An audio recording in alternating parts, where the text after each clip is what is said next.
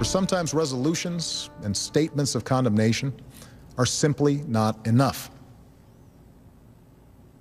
Indeed, I'd ask every member of Congress and those of you watching at home tonight to view those videos of the attack and then ask, what kind of world will we live in if the United States of America sees a dictator brazenly violate international law with poison gas and we choose to look the other way?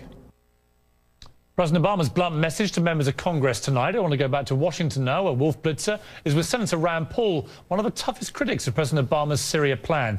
Wolf, over to you. Thanks very much, Piers. He certainly is a tough critic. But first of all, Senator, thanks very much for joining us. Tell us what you liked about the president's speech first.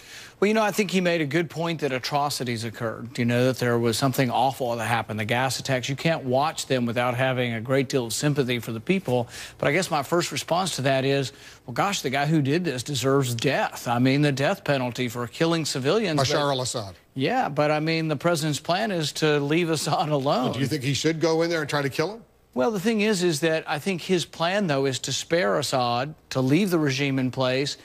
But at the same time, he says someone must pay for breaking this international norm, but he's really not willing to actually make Assad pay. I think there should be a way that Assad pays, either through an international tribunal or something. I think Assad can't remain there. Targeted assassination? Well, I'm not really saying that. What I'm arguing is that what the president has planned is not going to accomplish what he says he's going to accomplish, which is to punish Assad for this. I think Assad personally will not be held accountable for this. I also think that even if the diplomatic solution occurs, that he still may not be accountable because it may still leave him in place. You hope that this Russian initiative works, right? I do. I think that the military option, it has no clear military objective. I think if we bomb Assad, I think it'll be more likely that the country becomes more unstable, refugees become worse, perhaps Israel gets attacked. And I think also the real danger to bombing Assad is that the chemical weapons may become loose within the country and may be taken over by either terrorists or al-Qaeda. Because the president has a different analysis. Let me play a clip from what we just heard from the president.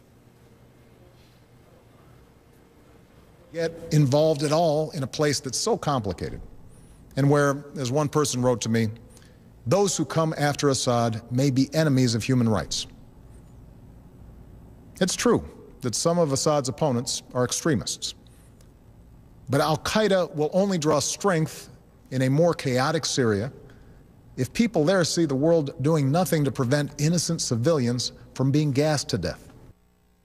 Go ahead and react. Well, I agree with part of the statement. Al-Qaeda draws strength from chaos. But I think there's more chaos if we bomb Assad. If we destabilize the Assad regime, there'll be more chaos, and we will essentially be the allies of al-Qaeda. So the chance that al-Qaeda either takes over chemical weapons or becomes a more dominant influence or actually takes over Syria are greatly enhanced by us bombing Assad. So I don't think he makes any sense by saying, oh, we're going to bomb Assad, but this is somehow going to hurt al-Qaeda. It's going to help al-Qaeda. Don't you think that if, in fact, this Russian initiative works, and for some reason the Syrian regime of Bashar al-Assad, they agree to put all their chemical weapons under international control and eventually destroy them, the threat of U.S. military force convinced the Russians and the Syrians to do this?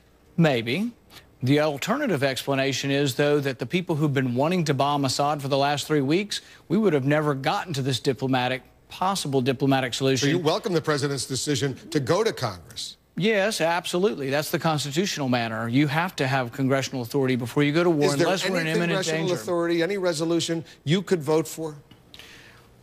If American interests are involved, American soldiers, American business, American citizens, a direct threat to an ally, a NATO ally, Israel, all of those things, there's a lot of American interest in the Middle East that I would say would get us involved. A lot of people in Israel, as you know, are nervous right now. They got gas masks. They're worried about what's going on in Syria. But here's my question is, I think they're more at risk if we bomb Assad. Why do you explain that? So far, Assad is not, he's preoccupied in his own country, and he hasn't had a chance to reach out or lash out at other countries. If we bomb him or if we corner him, I think there's more of a chance that he lashes out against Israel. If you were to say, I'm an odds maker, what are the chances that a gas attack is launched on Tel Aviv?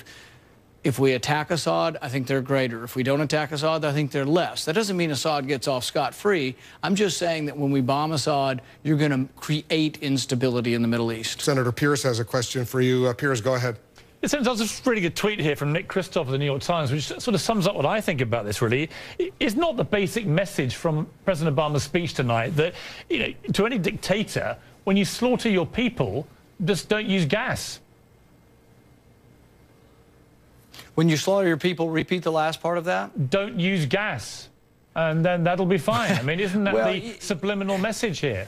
Yeah, and the thing is that he's killed 100,000 people with conventional weapons. So, yeah, that's the question. Even if the gas leaves the country, which would be a good idea to have it under international control, the slaughter still goes on. He still has a great conventional weapon advantage in Syria. He remains in power. My whole point is that the president's moral message about this being a horrific thing, which it is, you still leave the same guy in place. You know, I think the doctrine for your military, when you get your military involved, should be that the country should be completely behind you and that you should go in to win. And it should be with reluctance that we go to war, and it should be with an overwhelming force with the entire country behind you. We've had that on occasion, but we don't have that here. The country's overwhelmingly opposed to us being involved in the Civil War. Senator Rand Paul, thank you very much. Wolf Blitzer, thank you for your excellent coverage, as always, tonight. CNN's complete coverage of